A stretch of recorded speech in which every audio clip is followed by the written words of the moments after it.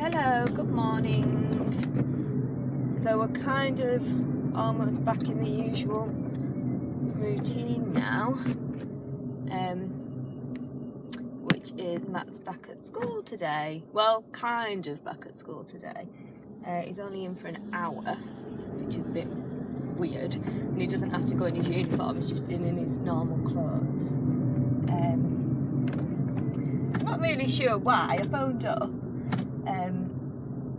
yesterday to check if he was meant to be in uniform or whatever, and she said no, they're just picking up paperwork. So I don't know what the point of that is, but he's never done it like that before. Anyway, there we go. So it is now, I don't know what the clock is, 20 to 9. So I'm now going to my mum. She doesn't live that far from school. I normally do that on a Thursday. Anyway, as you know, if you've been watching these vlogs for a little while.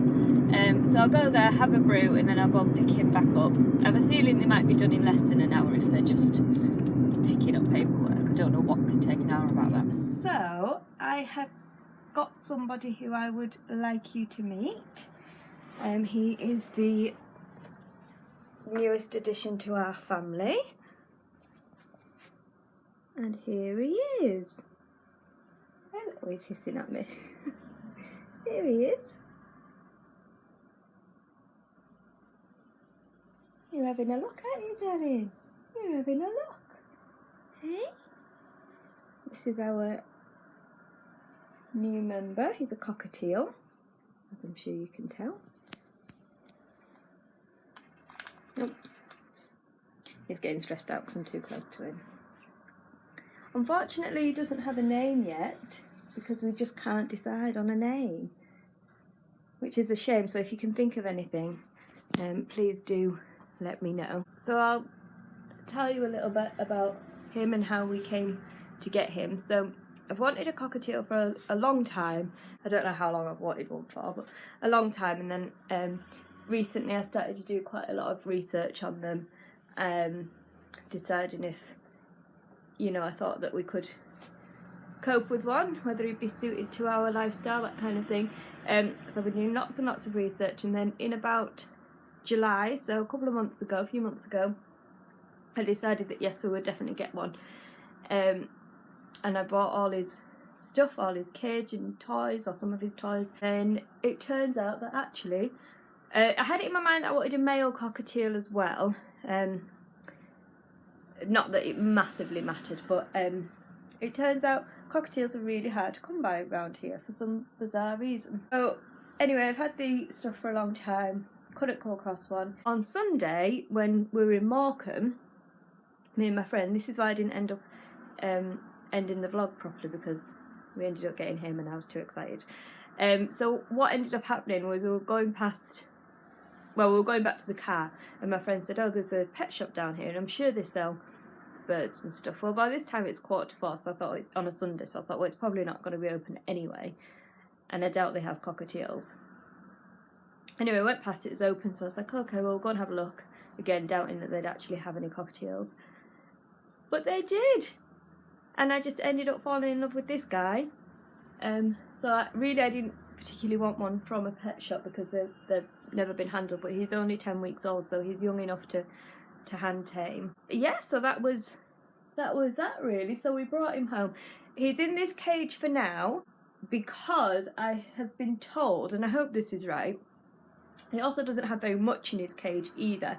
The reason being, I was told that for now, while he's being tamed, to keep him in a smaller cage. It's still big enough and everything, but keeping him in a smaller cage with not very much stuff in his cage. He has got a toy up there and a few different perches and stuff. It's probably not showing up very well on here because of the bars, but it has got like a few different perches. He's got some gravel on the bottom to play around in and stuff like that. But for now, that's the cage it is in, obviously. He is getting slightly calmer. He still kind of gets a bit anxious when you get too close to him, but he does explore his cage. He listens to what you're saying. He's always looking at whoever's talking, and he started to sing quite a lot. At this age, they all look female, and you can't really tell, you can't sex a cockatiel by looking at them. They all look female at this age. I think after they have their first molt, then their colourings and patterns can change, and then you can tell if they're male or female. Or you can have them DNA tested as well. Other than that, you can't tell by looking at them. But the man in the shop was adamant that he was a male because of the amount of singing that he does, which is a good indicator, but it's definitely not a way, because females can also. Females generally are quieter. Also, only males talk, so hopefully one day he might talk, but again, he might not, so time will tell after he's had his first molt, which I do believe is between 6 and 12 months, so then we'll be able to tell for definite. Yeah,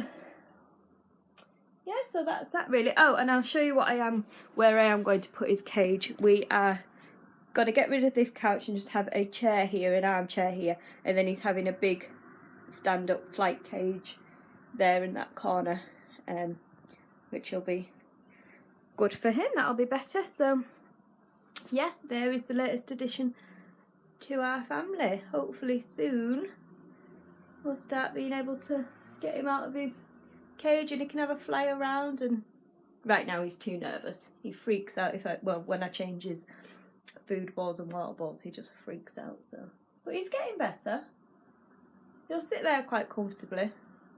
He won't come over to this side where I'm sat though. But if he's already on this side of the cage and I sit next to it, he does stay there. He doesn't freak out and try and get away. He's tilting his head. I don't know, it's probably not showing up on there, but there we go. There he is. So if you've got any name suggestions, please let me know. We are stuck. Matthew wants to call him Bruce because they are native to Australia, so he likes the name Bruce, but I don't know, it's not very cute, is it? I don't know. It's driving me insane. I can't think of a name for him. What are you up to? What are you doing? Hey? What are you doing? Are you just chilling out? You're a good boy.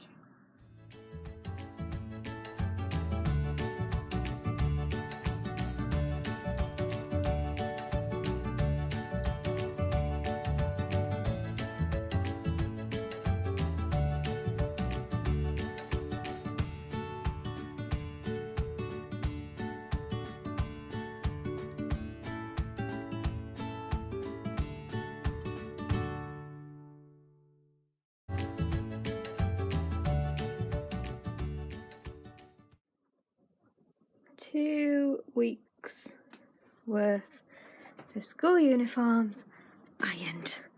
Thank goodness. Goodness, it's pouring down. It's horrible.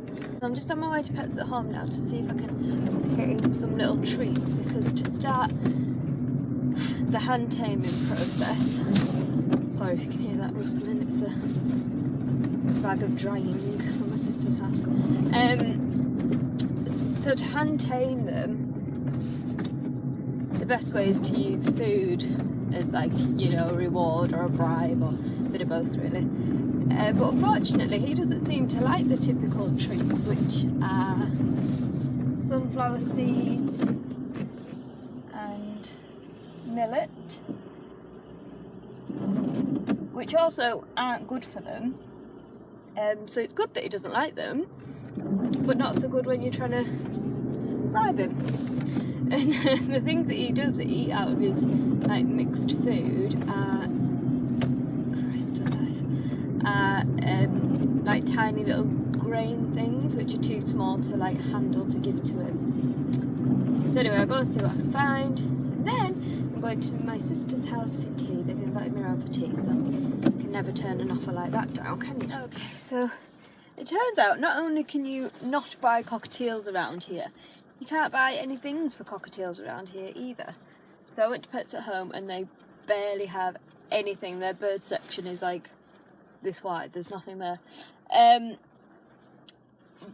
So I didn't get very much. I got some grit for you, put that in a little bit into their food and it helps with their digestive system, and I think it's, like, good for their beak and stuff. They like to peck around in it, so you put it on the bottom of the cage. I think that's what the man in the pet shop told me when I got him anyway. He gave me some grit, when the guy that I bought him off. I got This is the only other thing that I could find that looked like a treat. Egg biscuits. So, I don't know, I've never heard of anybody using these before on any like groups or anything that I'm on, but I guess they're probably not very good for them, so I think it is just like a treat every now and again. I think it's suitable for cockatiels, isn't it? Where does it say? Complimentary food for birds. Any birds? Got them, and then I got these. I just splashed myself with water.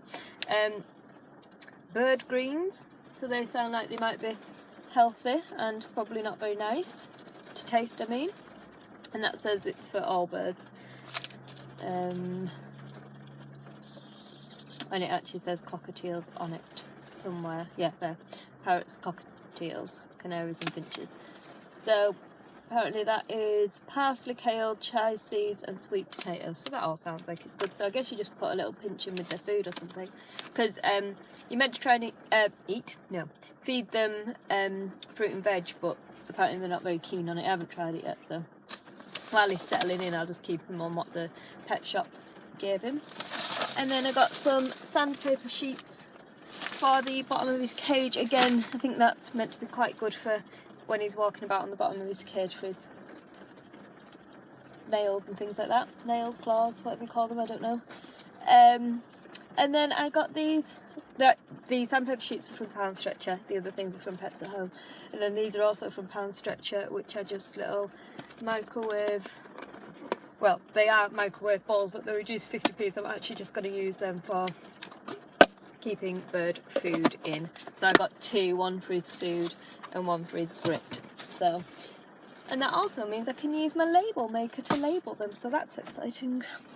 And that's it. So yeah, anyway, I'm off to my sister's to go and eat. Hello. So sorry I haven't filmed the last couple of days. I've just I don't know, I just like had an emotional couple of days. We got Dice's ashes back, and it just really threw me again.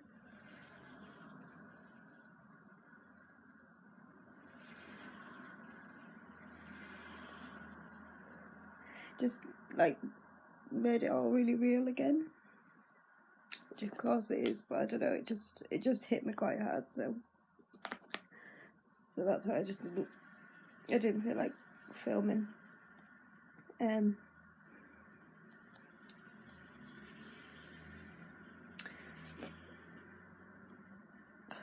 Yeah, so we've put him up here for now, on the top of the stairs. It's got his name on there. I don't know if it'll show up, but so we've got him there for now, because as you know, he used to like to sit here. In fact, there's ingrained Dice hairs here, which will probably never come off. I think what we're going to do though is probably keep his ashes in Matt's room, because Dice, up until the last few years, used to always sleep with Matt.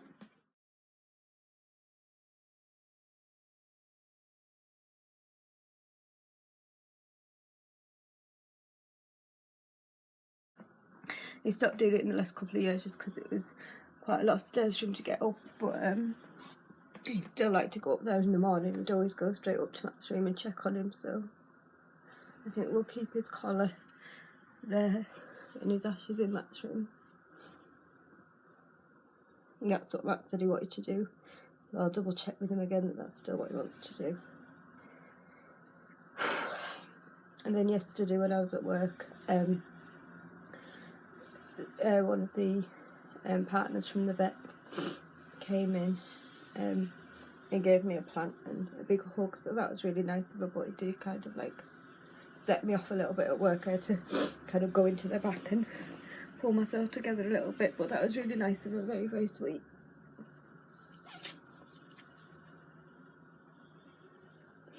I'm meant to be going out with my friend Adam today. He's up from Manchester, but I don't know.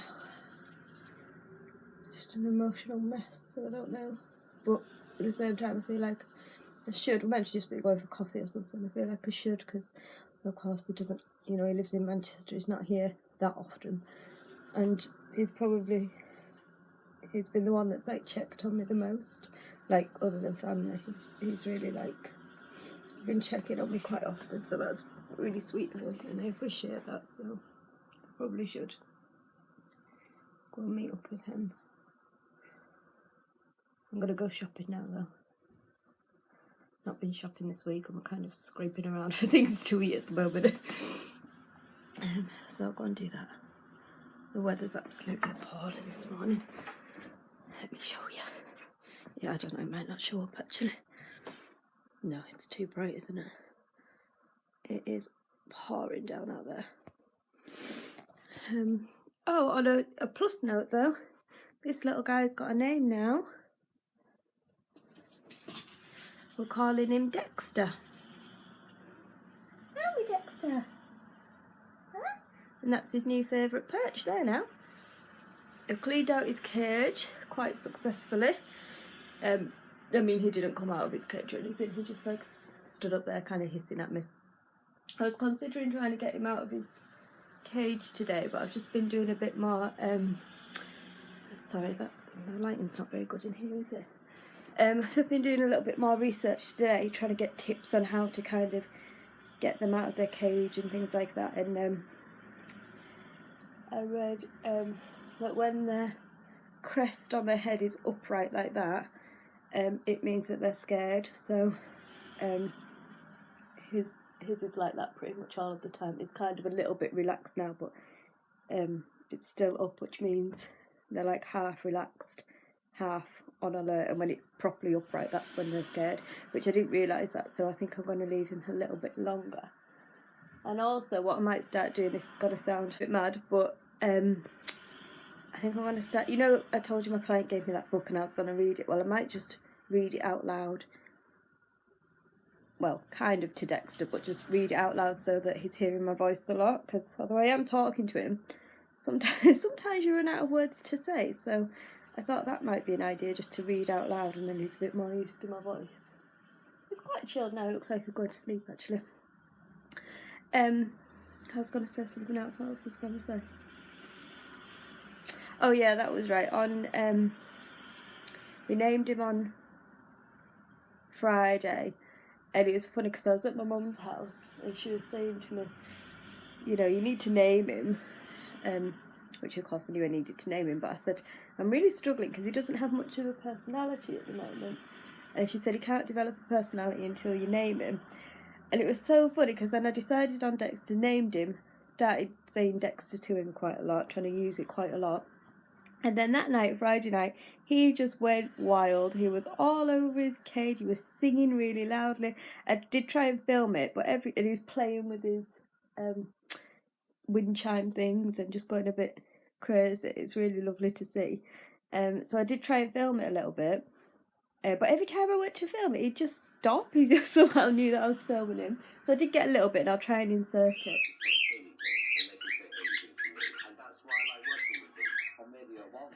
That was a bit of a tune. Well, my friend Robin was round, and Robin seems to think it's because he likes him, which is not true. I just remembered something that happened at work yesterday that I wanted to share with you because I just thought it was really nice. I hope you can hear okay with the windscreen wipers going.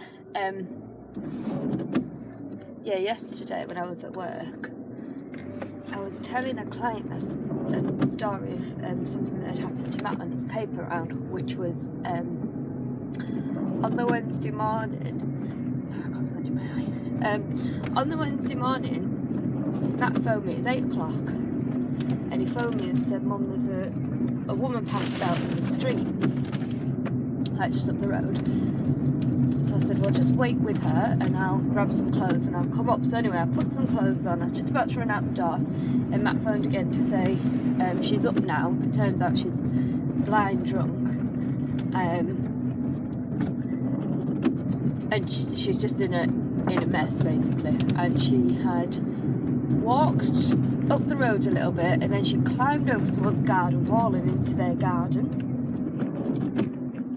So anyway, I got there, I said, well, just wait with her or near her, just keep an eye on her, I'll be there in a minute. So I ran up the road, actually ran for the first time in a long time, and anyway, this poor woman was just in this garden slumped over. She had a bottle of alcohol with her, and it was pouring down with rain, like I say, 8 o'clock in the morning. She just had like a hoodie on and I don't like tracky bottoms or whatever, but she wasn't appropriately dressed for the weather.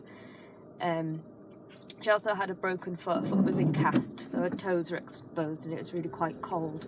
Anyway, I tried to speak to this woman and you could barely get any words out of her. She was so drunk. And so anyway, I asked Matt to knock on this door and ask if they knew her, whose garden it was, and they didn't. Turned out that was a care home. The poor lady that answered the door was panicking, thinking it was one of the people from the care home. She like ran out, and anyway, she didn't know her. So by this point the lady started to get a little bit aggressive with me when I was trying to talk to her. So I called the ambulance, and then the woman got up and started stumbling up towards a main road, and it was starting to get to rush hour by this point, so I was really quite concerned she was going to fall out into the road. So anyway, we followed her up the road on the phone to the operator, waiting for the ambulance to come. Just stayed at a bit of a distance. Anyway, the ambulance came. It turned out she was known to them. I've never seen her before. She looked homeless, but I've never seen her at the homeless place that I volunteer at or anything, but that's not to say that she isn't. Anyway, so the ambulance took over. I carried on doing Matthew's paper round with him. But the saddest part about it all, and I think that Matt was quite upset about as well, was he said that so many grown adults just stepped over her. She was laying across the pavement and so many grown adults just stepped over her and nobody else stopped to offer help. Matt was crouched down with her and had asked, tried to wake her up and asked her a name and asked if he could phone anybody for her, and he did what he could, and he absolutely did the right thing. But yeah, so many other people just ignored her, which is just sickening, isn't it? So yeah, I was very proud of him. But anyway, I was telling a client of mine that yesterday, and he said, well, I'd like to give something to Matthew, for doing a kind act. And I said, no, like, he'd done that anyway, he just did the right thing. And then just at that time, Matthew walked into the shop. So anyway, my client insisted that he wanted to give him £10. So he said, I'll give it to you to give to him later, because he didn't want to embarrass Matt. But I said, no, I'd like him to say thank you to you. So he did, and that was really lovely of my client. I thought, how nice is that? He didn't do it for that. And if I know Matt, he probably hasn't even told anybody he's done that, because he's just a really, really caring boy. And I've always said from such a young age that's like one of his best strengths, is he's so caring for other people, and his empathy for other people is truly astounding, and has been since he was a toddler. He's a really, really good lad. So yeah, no, I just thought that was really nice, and very nice of my client. Oh my goodness, I cannot believe this weather. That is from walking from the shop to the car, just across the car park.